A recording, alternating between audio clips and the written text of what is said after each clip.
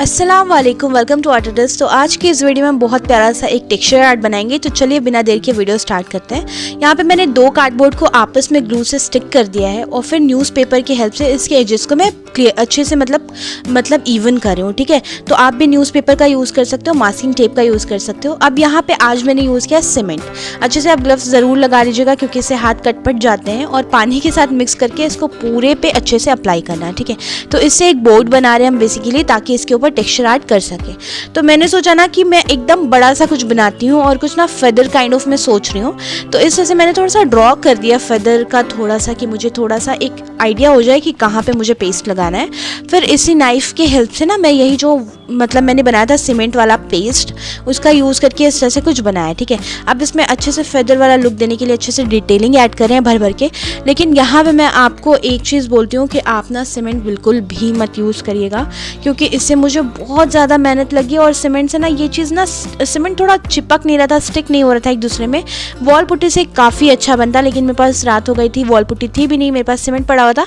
मैंने सोचा मैं इसका ही यूज़ कर लेती हूँ, लेकिन मुझे बहुत ज़्यादा मेहनत लग गई। मेरा काम ना बहुत टाइम के बाद ख़त्म हुआ और उतने अच्छे से हो भी नहीं पाया जितने अच्छे से वॉल पुट्टी से होता। लेकिन हाँ, लुक इसका काफ़ी अच्छा आ गया लास्ट में। शुरू में तो मुझे लग रहा था कि ये बिल्कुल फ्लॉप जा रहा है, क्योंकि जैसे अभी आपने देखा ना मैंने कोम से किया ना, तो वो कोम से जब मैं और सारे फेदर्स पे कर रही थी ना, तो डायरेक्ट जो सीमेंट था ना वो मेरा उखड़ के बाहर आ जा रहा था। ठीक है, और मैंने ना बहुत बड़ा सा कैनवस बना भी लिया था, तो इस पे करने में मुझे काफ़ी ज़्यादा टाइम लग गया सीमेंट से।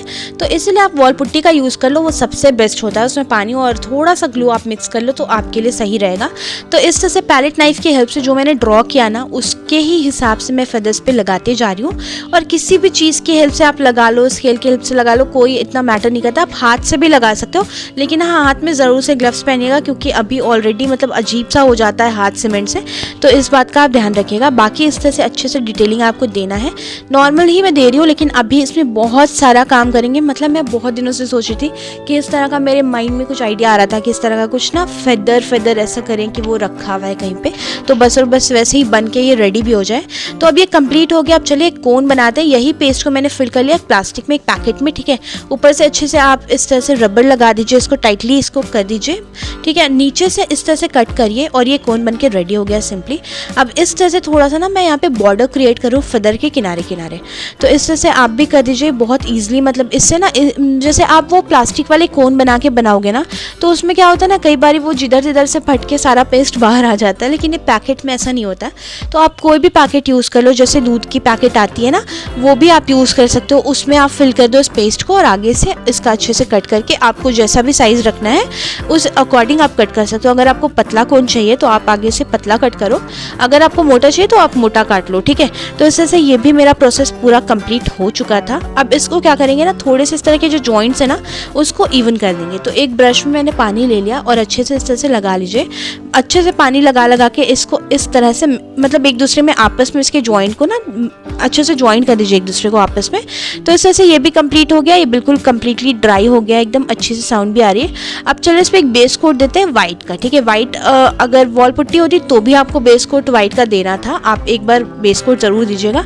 तो बहुत ज़्यादा पेंट अब्जॉर्ब कर रहा था, उसके लिए आप क्या करो ना, थोड़ा सा ब्रश में पानी अप्लाई कर लो पहले, उसके बाद आप पेंट करो। ठीक है, इससे बहुत अच्छे से ये ईजिली पेंट हो जाता है। बहुत ज़्यादा पानी मत लगा दीजिएगा, क्योंकि बैक साइड पे हम लोगों ने कार्डबोर्ड का यूज़ किया, वो पानी की नमी से वो गल भी सकता है, तो इस बात का ध्यान दीजिएगा। ऐसे बहुत मोटी लेयर लगाई है मैंने सीमेंट की, तो बहुत ज़्यादा उसमें कुछ असर नहीं हुआ पानी लगाने से। ठीक है, तो ये भी अच्छे से पूरा कंप्लीटली बेस कोट देंगे वाइट। अगर आपको कलर कॉम्बिनेशन आप अपने अकॉर्डिंग कर सकते हो। मुझे थोड़े से लाइट शेड से ना पेंट करना था इसको, थोड़ा सा ना इफेक्ट देते हुए, थोड़ा शेडिंग देते हुए। तो इस तरह से मैंने एक्रिलिक पेंट में ही, जैसे एक्रिलिक के आपको इतने सारे शेड्स अवेलेबल होते नहीं है, तो आप क्या करो ना, 2-3 कलर मिक्स एंड मैच करके अपने शेड्स बना लो। तो इस तरह से मैंने बना लिया है।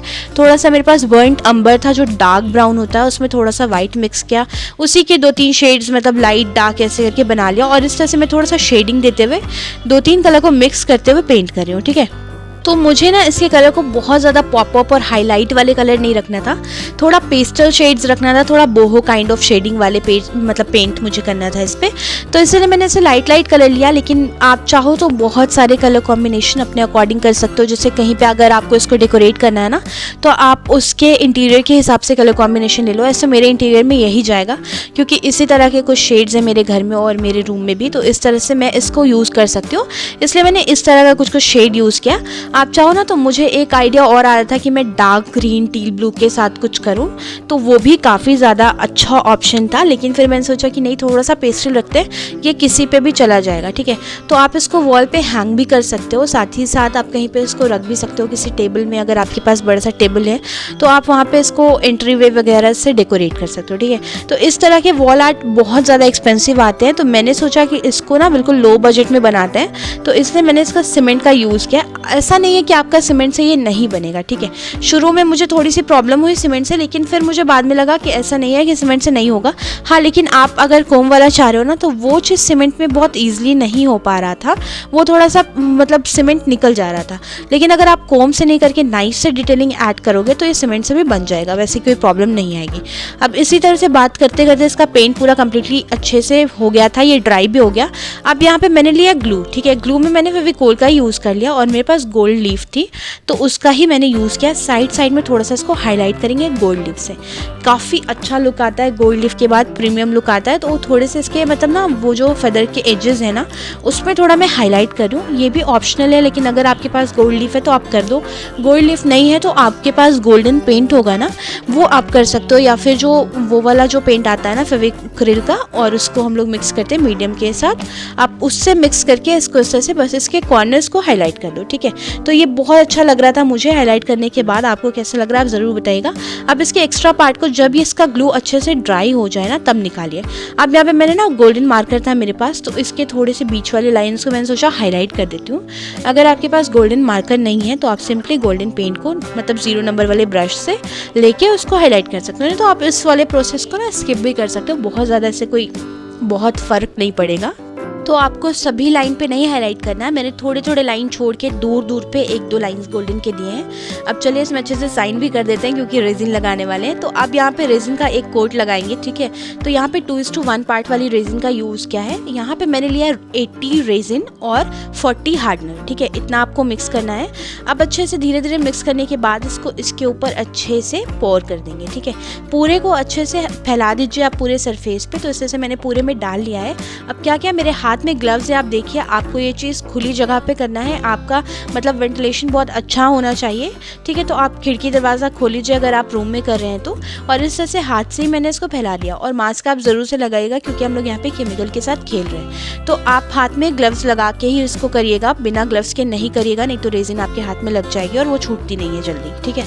तो इस तरह से पूरा कर दिया। अब यहाँ पे मेरे पास अलग अलग तरह के ग्रैन्यूल्स थे, तो मैंने सोचा ना कि इसको अच्छे से इसके ऊपर लगा देते हैं। दूर पे मैंने मतलब इस तरह से छीट दिया है, ताकि थोड़ा सा ना इसमें शाइन आ जाए और बहुत ज़्यादा लग्जरियस लुक आ जाता है इस तरह से करने के बाद। तो मेरे पास ना थोड़े पर्पल पिंक इस तरह के शेड्स के ग्रैन्यूल्स थे, तो यहाँ पे मैंने थोड़े दूर पे करके डाल दिया इसमें। यहाँ पे मेरे पास थोड़े से ब्लू है, इसमें बहुत अच्छी अच्छी चीज़ें मिली हुई हैं, छोटी छोटी पर्ल्स हैं, छोटे छोटे ग्रैन्यूल्स हैं अलग अलग तरह के 2-3 कलर के, और यहाँ पे गोल्डन भी है मेरे पास। तो मैंने दूर करके इसको छीट दिया अच्छे से, ठीक है। तो इस तरह से करने के बाद मतलब पूरे पे मैंने अच्छे से लगा दिया। आप ब्लो टॉर्च कर देते हैं ताकि रेजिन में जितने भी बबल्स हैं ना वो ईजिली रिमूव हो जाए, ठीक है। तो आपको थोड़ा दूर से ब्लो टॉर्च करना है, आप अगर बहुत पास से करोगे ना तो वो जल जाएगा। और ये रहा इसका फाइनल लुक।